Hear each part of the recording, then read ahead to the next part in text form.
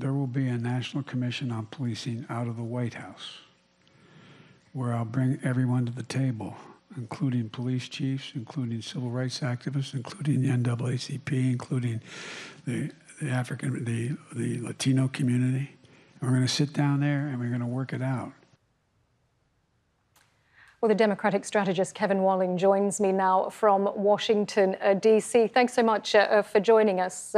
Is this just political point scoring, or is there a genuine desire to heal the rifts in US society from Joe Biden and his camp? Yes, Selena, it's a great question. Thank you for having me. I do think, the former vice president's ties to the African American community run deep over his last 50 years in public service. And of course, as you remember from our contested primary, it was actually African Americans that propelled him in South Carolina to be the Democratic nominee. So I do think, to your question, Selena, there is a real and abiding desire for the former vice president and his running mate, Senator Kamala Harris, to try and heal the wounds in our society when it comes to racism in this country, when it comes to police brutality and structural racism within law enforcement. Those feelings are real and sincere, as they were on display in Kenosha today, Selena. And President Trump, clearly painting himself as the law and order president, and it seems Joe Biden painting himself a bit as the healer. Law and order probably can be restored for now, but can these rifts in society be healed? I sure hope so. And I think your characterization is spot on. This president is doubling down on his hateful rhetoric, preaching law and order, not even mentioning Jacob Blake's name when he was in Kenosha, Wisconsin on Tuesday, skipping any kind of interaction with the family.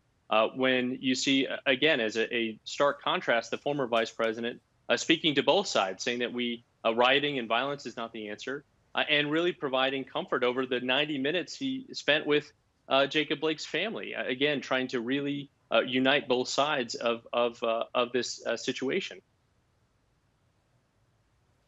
If you're looking at the polls at the moment, obviously Joe Biden, depending on which polls you look at, but Joe Biden leading President Trump, but that margin is narrowing.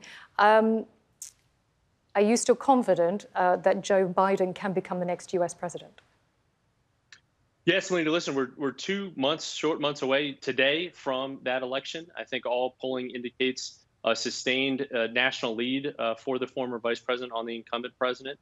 But again, as anyone will tell you, the only poll that matters is election day. And I know the vice president's campaign, I'm in touch with them every single day, is working hard for every single vote, especially in these key battleground states like Wisconsin.